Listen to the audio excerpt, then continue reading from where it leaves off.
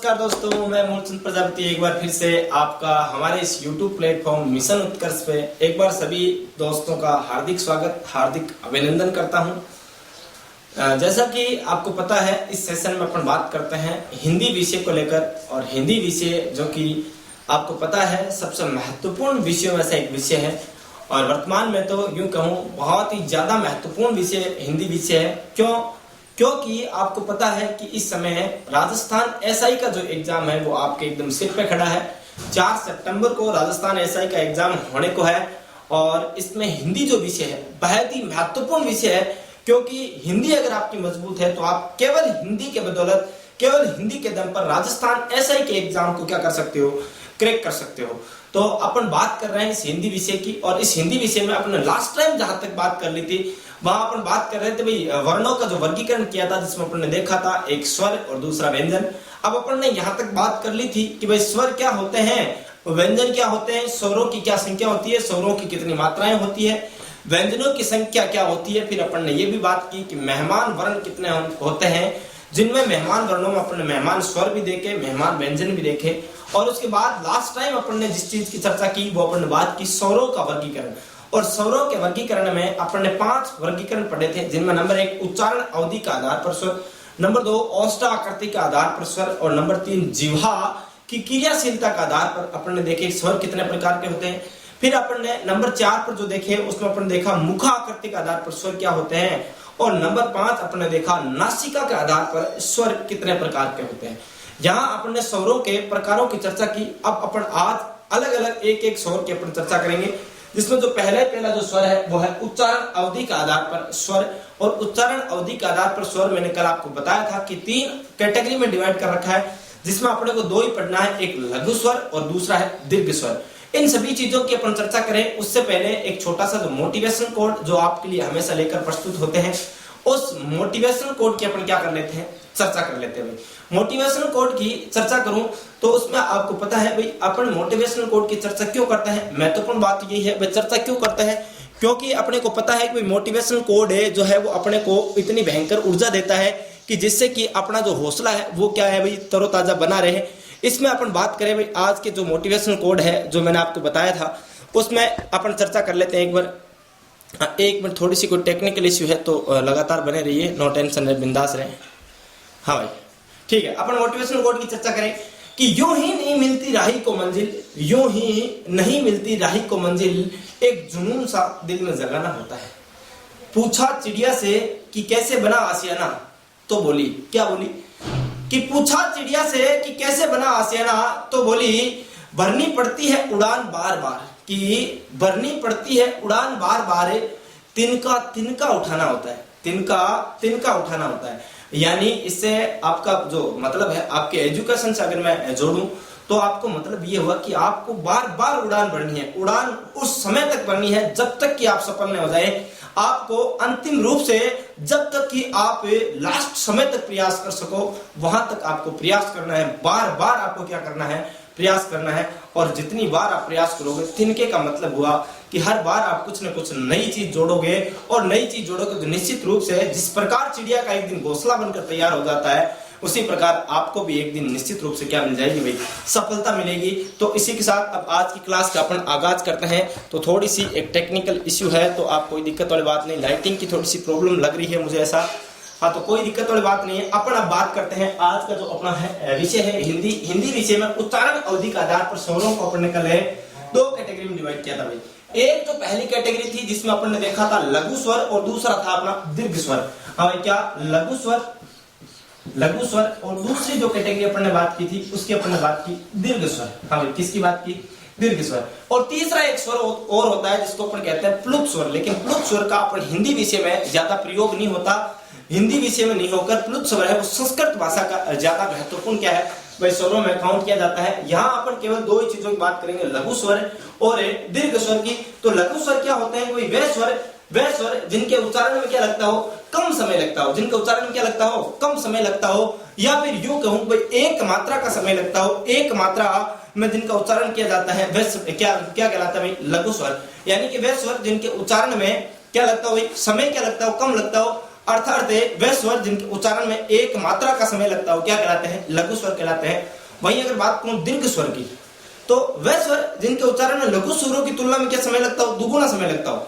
अर्थात वे स्वर जिनके उच्चारण में दो मात्रा का समय लगता हो क्या कहलाएंगे भाई, दीर्घ स्वर कहलाते हैं। नंबर 1 की अपन ने बात की कि वह स्वर जिनके उच्चारण में कम समय लगता हो, अर्थात एक मात्रा का समय लगता हो क्या कहलाते हैं, अपने लघु स्वर कहलाते हैं। और वे स्वर जिनके उच्चारण में लघु स्वरों की तुलना में क्या लगता हो, दुगुना समय लगता हो, अर्थात वे स्वर जिनके उच्चारण में दो मात्रा का क्या लगता हो, समय लगता हो, दीर्घ स्वर कहलाते हैं। अब अपन बात करते हैं एक एक लघु स्वर क्या होते हैं, फिर बात करेंगे दीर्घ स्वर क्या होते हैं। इन लघु स्वर और दीर्घ स्वरों की अपन अलग अलग क्या कर लेते हैं, चर्चा कर लेते हैं। तो मैं यहाँ पर बात कर रहा हूँ, आप हेडिंग डाल लो, नंबर 1 है लघु स्वर। अब किसकी बात करूंगा, लघु स्वर। लघु स्वर आपको परिभाषा समझा दी है कि वह स्वर जिनके उच्चारण में एक मात्रा का समय लगता हो या फिर समय कम लगता हो क्या कहलाएंगे, लघु स्वर कहलाएंगे। तो आप लिख सकते हो यहाँ पर लघु स्वर क्या होता है कि वह स्वर जिनके उच्चारण में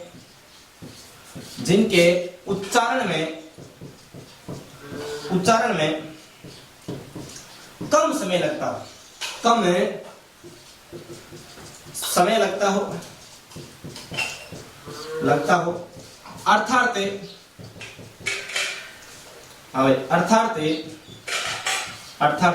एक मात्रा का समय लगता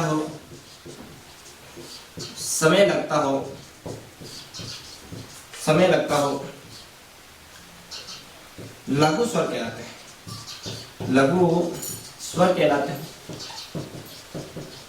लघु स्वर कहलाते हैं। इन्हीं को ह्रस्व या फिर मूल स्वर कहते हैं। क्या कहते हैं भाई, मूल स्वर कहते हैं। इन्हीं स्वरों को क्या कहते हैं, ह्रस्व स्वर कह दो चाहे क्या कह दो, मूल स्वर कह दो। अब ह्रस्व स्वर क्या होता है, मूल स्वर क्या होता है, पहले आप एग्जांपल देखो।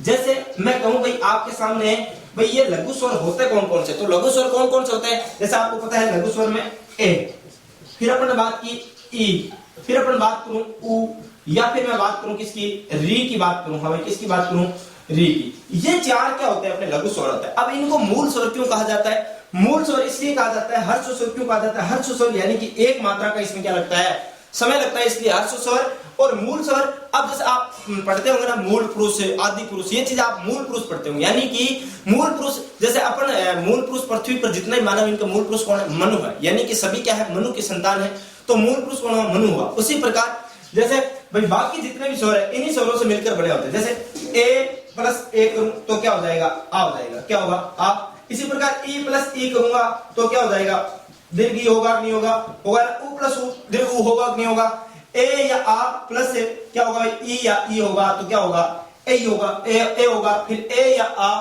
प्लस ए या आई यानी कि आई होगा। यानी कि इन्हीं स्वरों से निकलकर बाकी सभी स्वर बनते हैं, इसलिए इनको हर्ष स्वर या फिर क्या कह सकते हैं अपने, मूल स्वर भी कह सकते हैं। यहां तक आपको अच्छे से चीजें समझ में आई होगी। यानी कि भाई लघु स्वर क्या होता है कि वे स्वर जिनके उच्चारण में समय क्या लगता हो, कम लगता हो, बाकी स्वरों की तुलना में समय क्या लगता हो, कम लगता हो, कम समय लगता हो, अर्थात समय क्या लगता हो, एक ही मात्रा का समय लगता हो, अन्य कोई मात्रा नहीं हो, मात्रा एक ही हो, एक ही मात्रा का समय लगता हो, क्या कहलाएंगे भाई, लघु स्वर कहलाएंगे। इन्हीं लघु स्वरों को क्या कहते हैं भाई, मूल स्वर कह दो चाहे हर्ष स्वर कह दो, इन्हीं को ही कहते हैं। अगली अपन बात करें, यहां तक आपने नोट कर लिया होगा, यहां तक नोट कर लिया, अगली अपन बात करते हैं दीर्घ स्वर क्या होता है।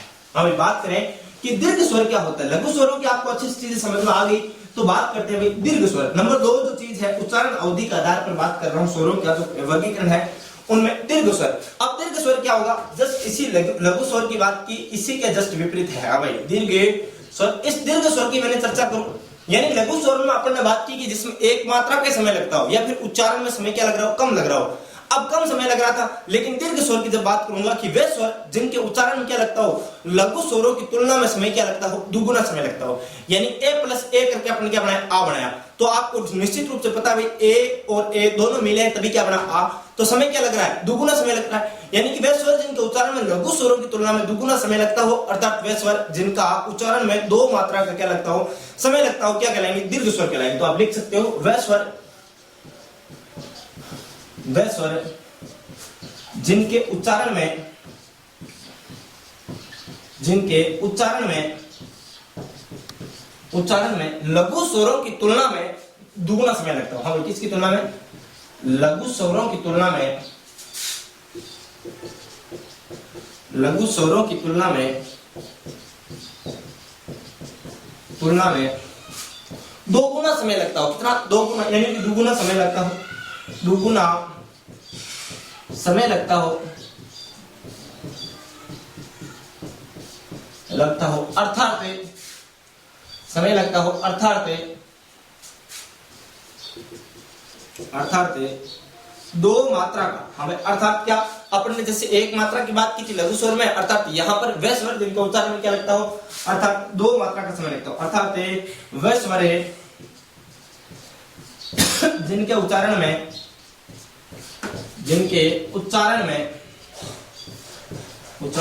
दो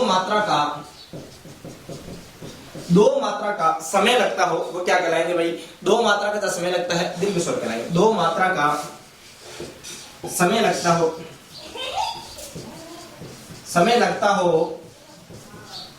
दीर्घ स्वर कहलाते हैं। हम क्या कहलाते हैं? दीर्घ स्वर कहलाते हैं। अब दीर्घ स्वर कौन कौन से होंगे? जितने भी, जैसे ए आ के बाद अपन ने बात की, ए ई उ और री की बात की, उनके बाद जितने भी स्वर बचते हैं किस में आएंगे? दीर्घ स्वर में। जैसे अपन बात कौन कौन से बच गए? जैसे क्या बच गया? आ, ई, उ, ए, आई, ओ, और क्या बच गया था? औ। यानी कि ये जो 4 और 3 7 जो स्वर बाकी बच गए, ये 7 स्वर किस में आते हैं? ये 7 स्वर आते हैं दीर्घ स्वर में। अब इन्हीं स्वरों की बात करूं तो इनमें इन 3 को सजातीय स्वर कहा जाता है। हाँ, क्या कहा जाता है? सजातीय स्वर कहा जाता है। क्या कहा जाता है? सजातीय स्वर। और इनको क्या कहा जाता है? इनको विजातीय स्वर कहा जाता है। क्या कहा जाता है? विजातीय स्वर कहा जाता है। क्या कहा जाता है भाई? विजातीय स्वर। हाँ, विजातीय स्वर। अब विजातीय स्वर और सजातीय स्वर का मतलब क्या हुआ? सजातीय स्वर का मतलब हुआ, जैसे आ की बात करूं, आ में क्या होता है? ए प्लस ए बराबर क्या होता है? आ होता है कि नहीं होता? इसी प्रकार ई प्लस ई करूं तो क्या होता है? दीर्घ ई होता है कि नहीं होता? होता है। इसी प्रकार उ प्लस उ अगर करूं तो क्या होगा? दीर्घ उ होगा कि नहीं होगा? होगा। यानी कि एक ही जाति के स्वरों से जो स्वर मिलकर बने होते हैं उनको क्या कहते हैं? सजातीय स्वर के नाम से जाना जाता है। लेकिन आगे वालों की बात करूं तो आगे वालों में क्या होता है? जैसे ए प्लस आ, नहीं, ए प्लस आ नहीं, सॉरी, ए या आ प्लस ई या ई की बात करूं तो क्या बनेगा? ए बनेगा। इसी प्रकार जैसे ए या आ की बात करूं प्लस ए या आई की बात करूं तो क्या बनेगा? आई बनेगा। बनेगा कि नहीं बनेगा? यानी कि इसी प्रकार जैसे ए या आ फिर प्लस उ या उ करूंगा तो क्या बनेगा? ओ बनेगा। फिर ओ या औ यानी कि औ बनेगा। तो यानी कि जो स्वर समान जाति के स्वरों से मिलकर बने होते हैं क्या कहलाएंगे? सजातीय स्वर। और जो समान जाति से नहीं मिलकर अन्य जाति के स्वरों के साथ मिलकर बने होते हैं क्या कहलाएंगे? विजातीय स्वर कहलाएंगे। यहां तक अपन ने चर्चा कर ली है। अब एक विशेष नोट लगाकर लिखवा दूं आपको एक चीज और, यहां पर विशेष नोट लगाकर लिख लेना भाई इन्हीं दीर्घ स्वरों में कि इन्हीं स्वरों को क्या कहते हैं? द्विमात्रिक स्वर है या फिर इन्हीं को संधि स्वर भी कहते हैं। हाँ भाई, क्या कहते हैं? यहां पर नोट विशेष लगाकर लिखना, विशेष करके लिखना। इन्हीं स्वरों को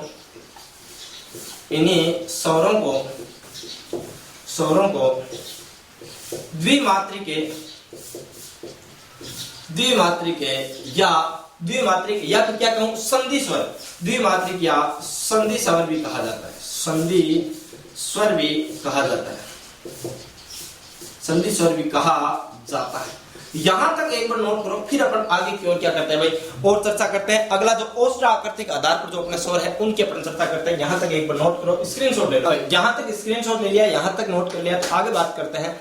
अपन ने बात की भाई, लास्ट टाइम अपन बात की, क्या बात की कि मैंने आपको स्क्रीनशॉट बता दिया। स्क्रीनशॉट के लिए जब बोला भाई नोट कर लो, तब तक मैंने कहा कि संधि जो स्वर इनको क्या कहा जाता है? संधि स्वर कहा जाता है। किसको?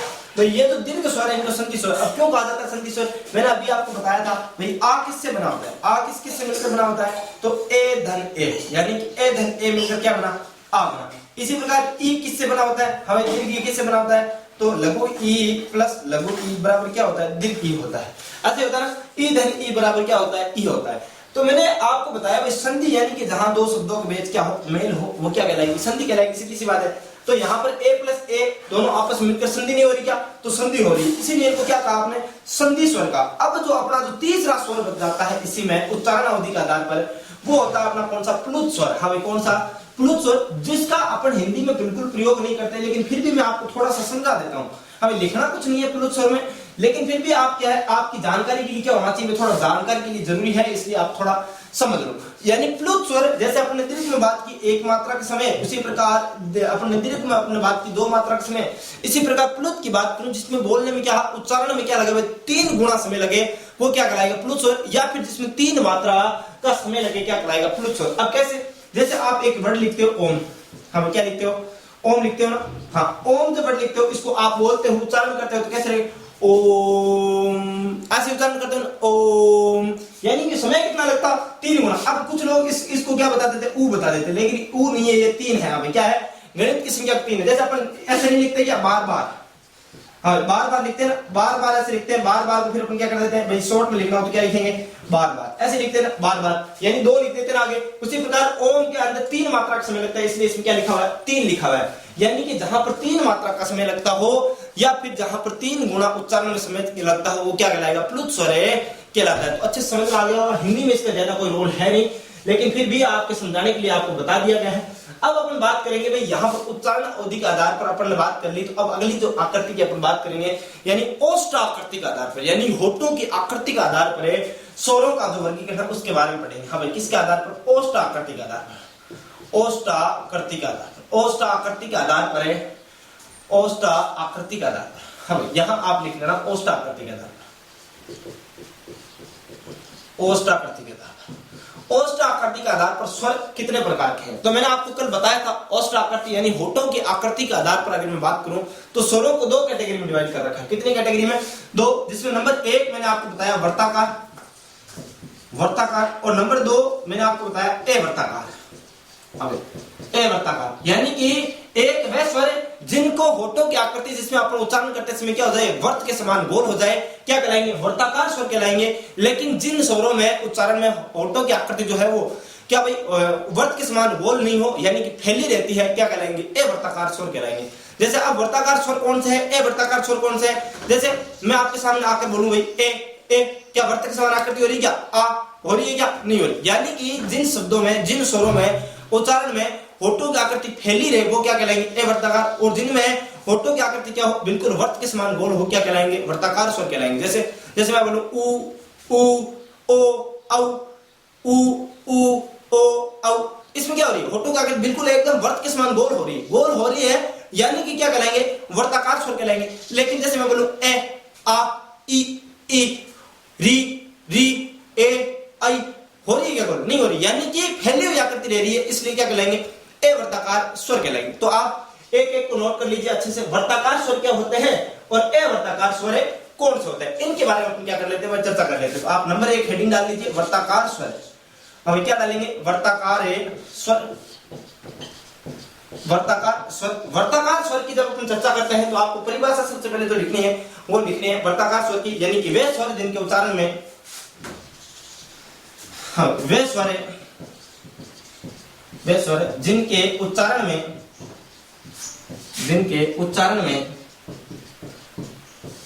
में होठों की आकृति किसके समान हो जाए, बिल्कुल एकदम वर्त के समान गोल हो जाए, यानी होठों की आकृति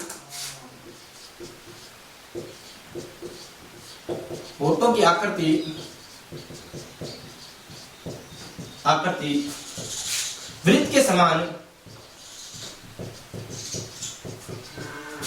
गोल हो जाए,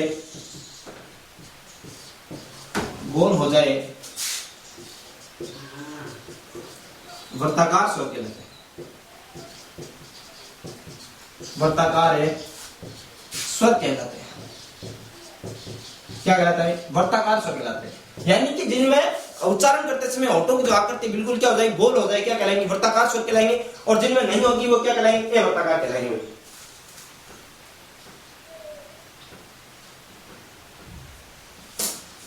जिनमें वर्ताकार यानी वर्त के समान जिनमें आकृति होता है क्या कहलाएंगे, वर्ताकार, और जिनमें नहीं होगी वो क्या कहलाएंगे, अवर्ताकार कहलाएंगे। अब ये कौन कौन से हैं, जैसे कि मैंने अभी आपको बताया, जैसे मैंने बताया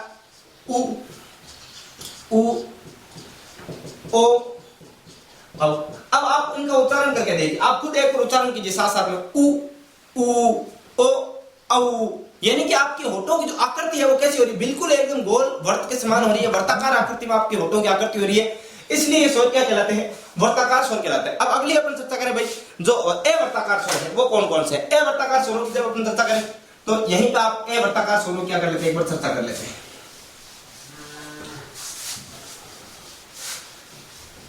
हाँ, ए वर्ताकार स्वर, ए वर्ताकार स्वर यानी कि आप लिख सकते हो वह स्वर जिनके उच्चारण में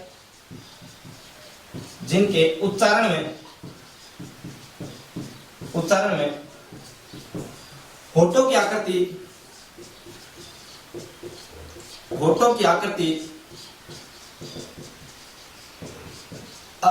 वृत्त के समान गोल है। जैसे अपन बात की वर्ताकार में क्या हो रही, गोल हो रही थी, लेकिन यहां गोल न होकर फैली रहती है। हमें कैसी रहती है, समान गोल न होकर फैली रहती है।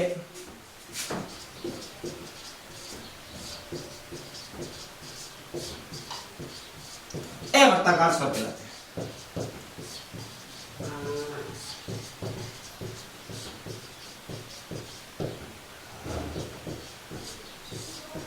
अब क्या कहलाते हैं, ए वर्ताकार स्वर कहलाते हैं। यहां पर ले से ही कर लेना भाई एक बार।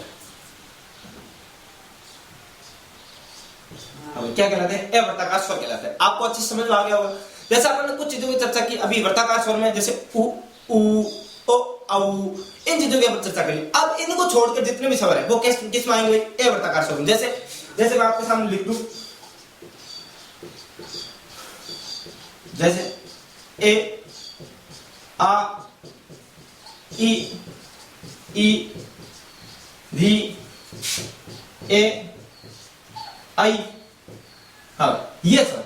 अब बाकी स्वर तो अपन ने देख लिया वर्ताकार में। अब जैसे आप बोल के देखो मेरे साथ साथ, ए आ ई री ए आई, वर्ताकार हुआ क्या मुख, यानी कि फैली हुई जहां पर आकृति रहती है, कैसे कौन सा स्वर कहलाएंगे, ए वर्ताकार स्वर कहलाएंगे। और जहां मुख की आकृति बिल्कुल कैसी, होठों की आकृति कैसे रहती है, वो बिल्कुल एकदम गोल रहती है होठों की आकृति, क्या कहलाएंगे, वहां पर तो वर्ताकार, और जहां नहीं रहती हो क्या कहलाएंगे, ए वर्ताकार स्वर कहलाएंगे। यहां तक एक बार नोट कीजिए, स्क्रीनशॉट ले लीजिए, फिर अपन आगे की ओर चर्चा करते हैं। यहां तक आपने नोट कर लिया तो अपन आगे बात करते हैं। यहाँ आपने ओष्ठ आकृति के आधार पर स्वरों का जो वर्गीकरण है इनको अपन ने पढ़ लिया। अगली जो तीसरी कैटेगरी मैंने आपको बताई थी वो जिह्वा की क्रियाशीलता के आधार पर स्वरों का वर्गीकरण आपने पढ़ा था। हमें जिह्वा की क्रियाशीलता के आधार पर स्वरों का वर्गीकरण अपन ने 3 हिस्सों में डिवाइड किया, एक तो अग्र भाग, दूसरा मध्य भाग, और तीसरा कौन सा, पश्च भाग। यानी 3 हिस्सों में अपन ने क्या किसको डिवाइड किया, जिह्वा की क्रियाशीलता के आधार पर स्वर। तो आप लिख सकते हो, यहाँ पर हेडिंग डाल सकते हो, जिह्वा की क्रियाशीलता के आधार पर, जिह्वा की क्रियाशीलता के आधार पर, हम भी बात कर रहे हैं जिह्वा की क्रियाशीलता के आधार पर स्वरों का वर्गीकरण। क्रियाशीलता ये से है, ठीक है ना, हाँ, क्रियाशीलता के आधार पर स्वर। अब जिह्वा की क्रियाशीलता के आधार पर स्वरों का अपन वर्गीकरण कितने हिस्सों में किया, 3 हिस्सों में किया था। जैसे नंबर 1 की मैंने बात की थी अग्र स्वर, यानी कि अग्र स्वर जिसमें जीभ का अग्र हिस्सा क्या हो भाई, एक्टिवेट हो, क्रियाशील रहता हो, जिसमें जिह्वा का अग्र भाग क्या रहता हो, सक्रिय रहता हो, क्रियाशील रहता हो, क्या कहलाएंगे, अग्र स्वर। फिर मैंने बात की थी आपसे मध्य स्वर, और क्या मध्य स्वर, जिसमें जिह्वा का मध्य भाग क्या रहता हो, क्रियाशील रहता हो, क्या कहलाएगा, मध्य स्वर। और नंबर 3 पर अपने बात की पश्च स्वर। हमें किसकी बात की, पश्च स्वर, यानी कि जिसमें जिह्वा का पश्च भाग यानी पिछला भाग क्या हो, सक्रिय रहता हो, क्या कहलाएगा, पश्च स्वर कहलाएगा। 3 चीजों की अपन ने बात की। अब तीनों में कौन कौन से आएंगे, जैसे भाई, अरे जैसे अपन बात करते हैं भाई, अपन बोलते हैं ए आ ई उ ए आई ओ औ री, ये जो अपन वर्डिंग का उच्चारण करते हैं, इसमें कौन सा भाग अग्र भाग से है, कौन सा पश्च भाग से है, कौन सा मध्य भाग से, इसकी अपन चर्चा करते हैं। जैसे मैं बात करूं मध्य स्वर की, तो मध्य स्वर में आपके कौन सा आता है, केवल एक आता है। अब कौन सा आता है, एक आता है, वो कौन सा, ए। अब आप बोल के देखिए ए, यानी कि मध्य से आपको ऐसा लगेगा भाई जीभ का जो मध्य भाग है वो क्रियाशील ले रहा है, ऐसा लग रहा होगा ना भाई, जिह्वा का जो मध्य भाग है वो क्या ले रहा है, यहाँ पर क्रियाशील ले रहा है। अगर यहाँ पर क्या भाई क्रियाशील ले रहा है, अपना मध्य भाग ले रहा है, तो पश्च भाग की बात करते हैं। फिर अपन बात करेंगे अग्र भाग की। पहले आप समझ लो, फिर अभी आपको समझाऊंगा। देखो अपस्थ स्वर की बात करूं, पस्थ स्वर में जैसे मैं बात करूं आ आ आ, पस्थ स्वर देखो पीछे का निकल रहा है उ, हाँ इसी प्रकार देखो ओ औ ऐसे बोल के देखो, देखिए अब बोल के देखोगे तो आपको बहुत सारी चीजों का क्या होगा भाई, एहसास होगा। ओ औ, अब जैसे ये क्या हो गया पस्थ स्वर, यानी कि जिह्वा के पीछे वाले भाग से निकल रहे हैं, जैसे पस्थ भाग इसमें सक्रिय रह रहा है। आप एक बार बोल के चेक करो आ उ ओ औ, आपको ऐसा एहसास होगा भाई जिसमें जिह्वा का पस्थ भाग क्या हो, क्रियाशील रहता हो, क्या कहलाएगा, पस्थ स्वर कहलाते हैं। फिर अब बच गए कौन कौन से, जैसे ए आ गया, आ गया, फिर कौन सा बच गया यहाँ पर ई उ आ गया, उ आ गया है, ए आई बच गया। हाँ भाई कौन सा बच गया, ए बच गया, हाँ क्या बच गया, ए बच गया, आई बच गया। अब ये क्या कहलाएंगे, ये अग्र स्वर कहलाएंगे। और इसी अग्र स्वर एक और आप जोड़ दो, एक और कौन सा बच गया स्वरों में, री बच गया। हाँ भाई कौन सा बच गया, री बच गया। अब देखो आप बोल के चेक करो ई ए आई री ई री ए आई, यानी कि यहां आपको लग रहा होगा कि आपका जीभ का क्या है, अग्रभाग सक्रिय। फिर भी मान लो याद नहीं रहे, एक देशी जुगाड़, आपको एक चीज याद रखी, मध्य स्वर। मध्य स्वर में आपने याद रखी है क्या है भाई, ए। मध्य स्वर में ए रख लिया तो आपको पस्थ स्वर में एक ही चीज याद रखनी, तीन से बनने वाले स्वर, तीन से बनने वाले। जैसे तीन से मतलब क्या हुआ, जैसे आ लिखा, पहले तीन लिखा ना, फिर क्या लिख दिया, आ लिख दिया। फिर जैसे तीन से बनने वाला उ, ये तीन लिख दिया ना, उ बन गया।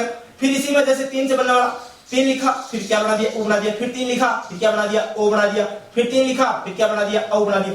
यानी कि ए को छोड़कर तीन से निर्मित होने वाले सभी स्वर किसमें चले जाएंगे, पस्थ स्वर में चले जाएंगे। अब आपको स्वरों की संख्या पता है भाई, स्वर कितने होते हैं, 11 होते हैं। बाकी किसमें चले जाएंगे, ए यहाँ एक मध्य में याद रखना है, बाकी यहाँ तीन से निर्मित होने वाले, और बाद में सारे सारे कहां चल जाएंगे, अगर स्वर में चल जाएंगे। जहां तक आपको कोई दिक्कत नहीं होगी। आगे बात करूं, एक एक स्वर की अपन बात कर लेते हैं, अलग अलग की अपन बात कर लेते हैं। एक बार परिभाषा लिखकर अपन क्या कर लेते हैं, एक बार चर्चा कर लेते हैं। हमें नंबर एक की मैं बात करूं, अगर स्वर।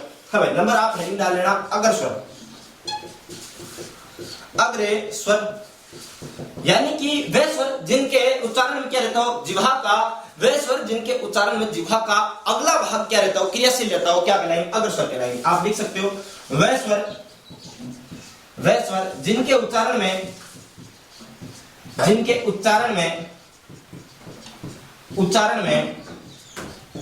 जिह्वा का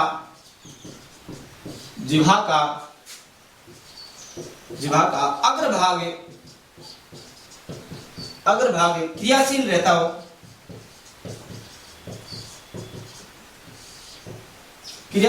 हो, अग्र स्वर कहलाते हैं। क्या कहलाते हैं भाई, अग्र स्वर कहलाते हैं, अग्र स्वर कहलाते हैं। यहां तक आप नोट कर लिया। अब अग्र स्वर कौन कौन से, अभी मैंने बताया था। जैसे आप लिखो, जैसे अगर का मतलब होता है भाई, यहाँ आपको किसी को नहीं समझ में आ रहा हो तो लिख लेना अगला भाग। हाँ भाई क्या, अगर यानी कि अगला। जैसे मैंने अभी अभी आपको बताया भाई, ई री ए आई, जैसे यहां आप लिख सकते हो ई दीर्घी री, फिर आप क्या लिखोगे, ए, फिर क्या लिखोगे, आई लिखोगे। हम क्या लिखोगे, आई लिखोगे। यानी कि ये स्वर क्या कहलाते हैं, ये अग्र स्वर कहलाते हैं। यानी कि जिह्वा के अगले भाग से उच्चारित होने की वजह से इनको क्या कहते हैं, पर अग्र स्वर के रूप में जानते हैं। यहां तक आपको अच्छी समझ में आ गया तो अपन बात करते हैं, अगला जो है मध्य स्वर की बात करते हैं। हाँ भाई आप अच्छे से एक बार बोल के ट्राई करना, ई हाँ री ए आई, आपको पता चलेगा, ऐसा आपको एहसास हो जाएगा भाई ये जिह्वा के कौन से हिस्से से अग्र भाग से संचालित हो रहे हैं, इसलिए अग्र स्वर कहलाते हैं। अगला अपन बात करते हैं मध्य स्वर। हाँ अपन जिह्वा की क्रियाशीलता के आधार पर अगला जो स्वर है वो कौन सा है, मध्य स्वर। बात करता हूं मध्य स्वर की। मध्य स्वर, अब मध्य स्वर कौन कौन से, नंबर 2 यहां डाल लेना। मध्य स्वर में अपन ने अभी देखा, मध्य स्वर में केवल कौन सा आता है, केवल ए आता है। कौन सा आता है, केवल ए आता है। यानी मध्य, आप बोल के चेक करो, ए आपको एहसास होगा कहां से हो रहा है, जिह्वा के मध्य भाग यहाँ पर क्या हो रहा है, सक्रिय हो रहा है। तो आप लिख सकते हो वह स्वर। यानी यहाँ पर मैं वह क्यों नहीं लिख रहा, क्योंकि यहाँ पर स्वर क्या है, एक ही है, एक ही, इसलिए मैं लिख रहा हूं वह स्वर है जिसके उच्चारण में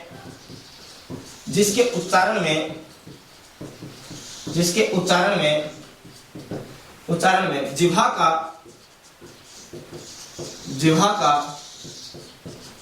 मध्य भाग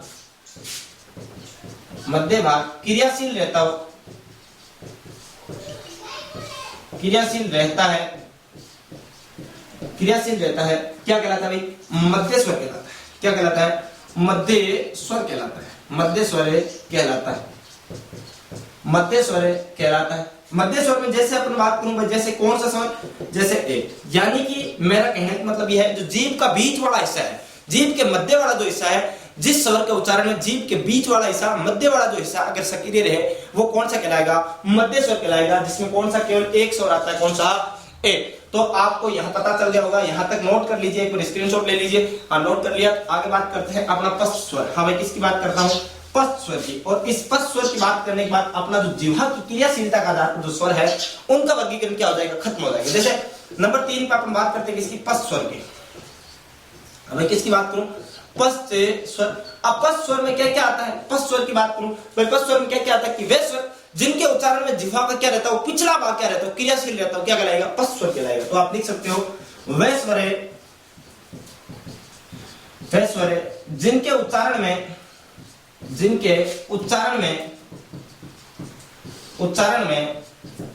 जिह्वा का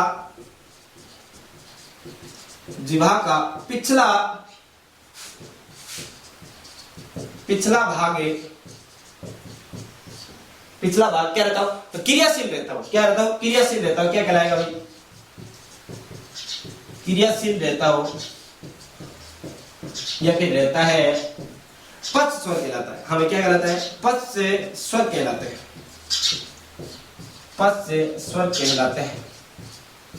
अब इसमें कौन कौन से, जैसे मैंने आपको बताया 3 से निर्मित होने वाले जितने भी स्वर है किसमें आते हैं, हमें इसमें आते हैं। 3 से निर्मित में किसको छोड़ना होता है, केवल ए को छोड़ना होता है, जो किसमें आता है, मध्य स्वर में। अब 3 से निर्मित कैसे, कुछ लोगों को तो ये भी समझ में नहीं आ रहा होगा भाई 3 से निर्मित का मतलब क्या हुआ। जैसे मैं यहाँ पर लिखूं 3, अब 3 लिखने के बाद मैंने यहाँ क्या बना दिया, आ बना दिया। अब 3 से निर्मित है कि नहीं है, जैसे मैंने लिखा उ, उ के बाद मैंने लिखा, ये लिखो उ, 3 लिखा, फिर बना दिया उ। फिर इसी प्रकार मैंने क्या लिखा, ओ लिखा, फिर 3 आया ना, फिर इसी प्रकार क्या लिख दिया, औ लिखा। इसमें भी 3 आया कि नहीं आया, ये देखो 3 है ना, इसी प्रकार इसमें भी 3 है कि नहीं है। यानी कि अगर आपको फिर भी याद नहीं हो तो आप ये याद रखना कि ए तो क्या आता है, मध्य स्वर में, और ए के बाद 3 से निर्मित सभी स्वर किसमें आते हैं, पश्च स्वर में, और इसके बाद जितने भी स्वर बच जाते हैं वो किसमें आते हैं भाई, अग्र स्वर में आते हैं। तो वे स्वर जिनके उच्चारण में जिह्वा का पिछला भाग सक्रिय रहता हो क्या कहलाते हैं, पश्च स्वर कहलाते हैं। जैसे आप बोल के ट्राई कर सकते हो, आ उ ओ औ, यानी आपको लगेगा, एहसास होगा क्या है भाई, ये पिछला भाग इसमें क्या रह रहा है, एक्टिव रह रहा है जिह्वा का, इसलिए इसको किस नाम से जाना जाता है, पश्च स्वर के नाम से जाना जाता है। यहां तक नोट कर लो, एक बार स्क्रीनशॉट ले लो। फिर यहां तक नोट कर लिया तो आगे अपन बात करते हैं जिह्वा की क्रियाशीलता का आधार पर अपने 3 अलग अलग पार्ट पढ़े, जिसमें अग्र स्वर, मध्य स्वर और पश्च स्वर। मध्य स्वर में अपन ने एक चीज याद रखनी थी, ए, और उसके बाद बाकी भी 3 से बनने वाले जितने भी स्वर है किसमें आएंगे, पश्च स्वर में, और बाकी सभी किसमें, अग्र स्वर में। यानी कि अपन ने तीनों पार्ट पढ़ चुके हैं, जिह्वा की क्रियाशीलता का आधार पर अपन अच्छे से पढ़ लिया। अब अपन बात करेंगे जो स्वर है मुखा आकृति का आधार पर, यानी जो चौथा अपना पार्ट है, चौथा पार्ट की अपन बात करेंगे मुखा आकृति का आधार पर, भाई स्वरों का जो वर्गीकरण है वो किस आधार पर किया गया। हाँ भाई, नंबर 4 आप डाल लेना, मुखा आकृति के आधार पर।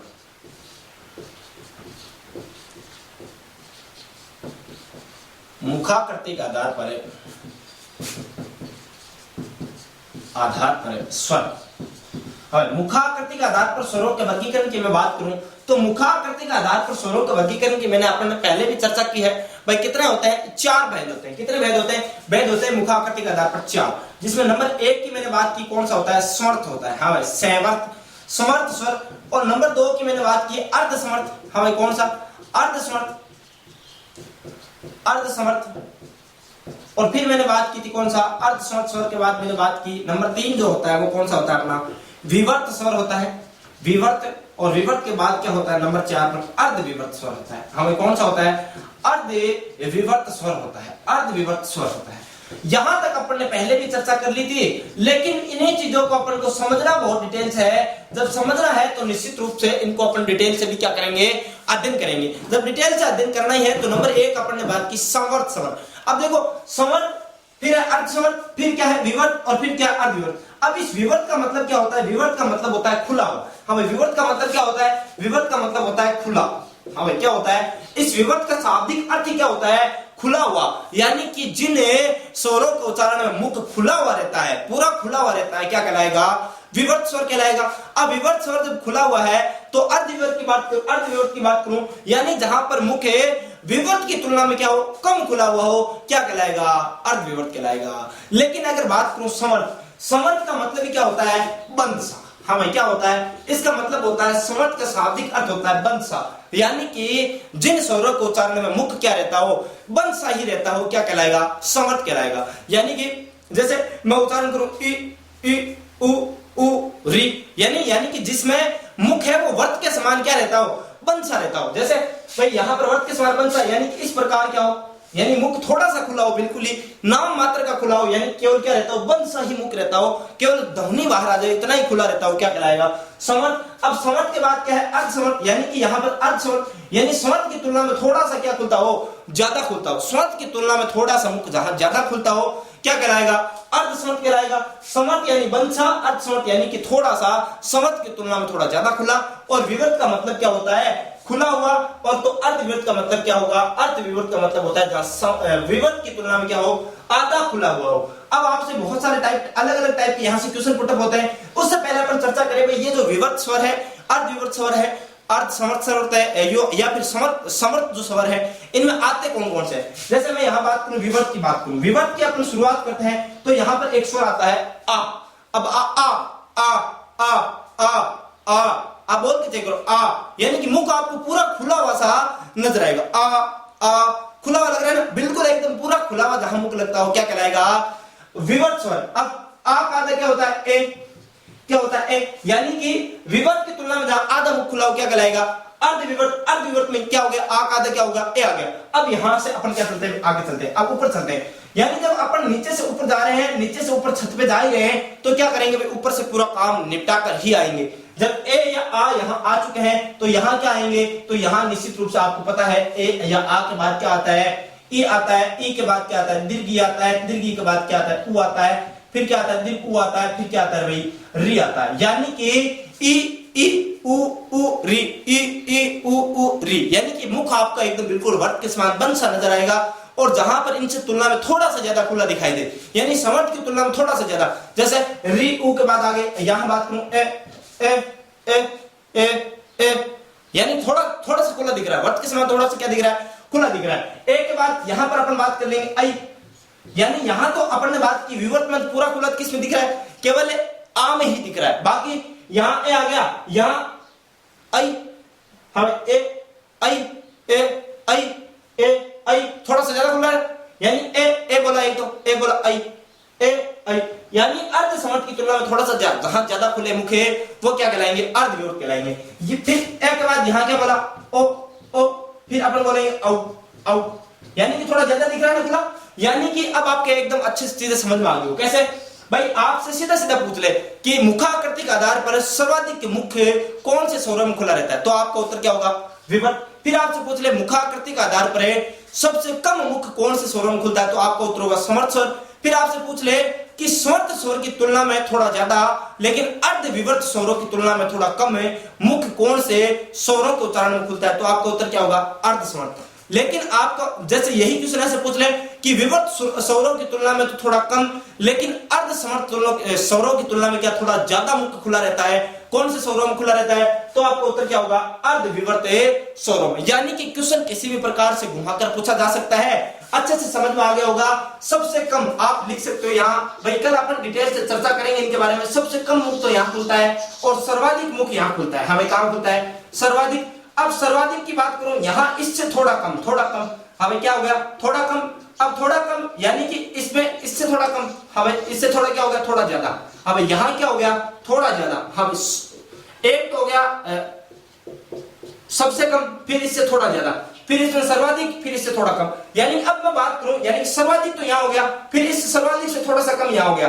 यानी यहाँ थोड़ा ज्यादा तो है लेकिन इससे तो क्या होगा, इससे तो ज्यादा होगा, इससे ज्यादा लेकिन इससे कम कहाँ होगा, अर्धविवर्त होगा। अच्छे समझ में आ रहा है ना। अब यहाँ पर थोड़ा ज्यादा है लेकिन इससे तो क्या होगा, कम, इससे कम है भाई। अब सबसे कम तो यही है, ये तो निश्चित रूप से दिख ही रहा है। अब इसमें क्या होगा, यहाँ देखो ये सर्वाधिक है, ये सबसे कम है, यहाँ तो कोई डाउट है ही नहीं। अब यहाँ बात करूं भाई इसमें क्या होता है, इन दोनों से तो क्या होता है, कम मुख खुला रहता है लेकिन इसकी तुलना में क्या होता है, थोड़ा ज्यादा होता है। यहाँ क्या होता है, इसकी तुलना में ज्यादा होता है, इसकी तुलना में कम होता है, इससे तुलना में क्या होता है, ज्यादा होता है। आपको अच्छे से चीजें समझ में आ चुकी होगी। फिर भी अगर नहीं आई है तो अपन इन्हीं चीजों की चर्चा कल की क्लास में अपन बहुत डिटेल से और करेंगे। एक यानी समर्थ स्वर की बात करूंगा, अर्ध समर्थ की बात करूंगा, फिर विवर्त की बात करूंगा, अर्ध विवर्त की बात करूंगा। प्रत्येक चीज की अपन डिटेल से अलग अलग सभी स्वरों की मुखाकृति के आधार पर क्या करेंगे भाई, चर्चा करेंगे। तो आज की क्लास को मैं यहीं विराम देना चाहूंगा।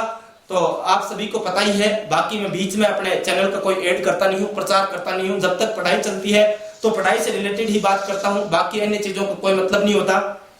अब अगर लास्ट अपन क्लास को समाप्त कर रहे हैं तो मेरी एक छोटी सी रिक्वेस्ट, अगर आप मिशन उत्कर्ष यूट्यूब प्लेटफॉर्म पर नए हैं तो प्लीज हमारे इस यूट्यूब चैनल को सबसे पहले सब्सक्राइब कर लीजिएगा और बगल में जो बेल आइकन का घंटा है उसको आप प्रेस कर लेना, जिससे कि आपको हमारे वीडियोस के जो नोटिफिकेशन है वो समय पर प्राप्त हो सके और आप वीडियोस को टाइम टू टाइम देख भी सकें।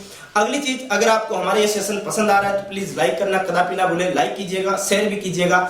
और आपको इस सेशन से संबंधित किसी प्रकार का कोई डाउट हो तो कमेंट बॉक्स में आप कमेंट करके प्रत्येक क्वेश्चन आप नो डाउट किसी प्रकार का बेझिझक होकर आप पूछ सकते हैं। आपके प्रत्येक क्वेश्चन का हम सॉल्यूशन करेंगे, ये मैं आपसे क्या करता हूं, दावा करता हूं। निश्चित रूप से आपके प्रत्येक डाउट का क्या होगा, सॉल्यूशन होगा। और अगर आपको कोई डाउट भी नहीं है, अगर आप कोई सुझाव देना चाहते हैं तो भी आपके लिए कमेंट बॉक्स हमेशा खुला रहता है। कमेंट में अपना सुझाव जरूर बताएं। तो इसी के साथ मैं आज की इस क्लास से विदा लेता हूं। धन्यवाद, नमस्कार दोस्तों।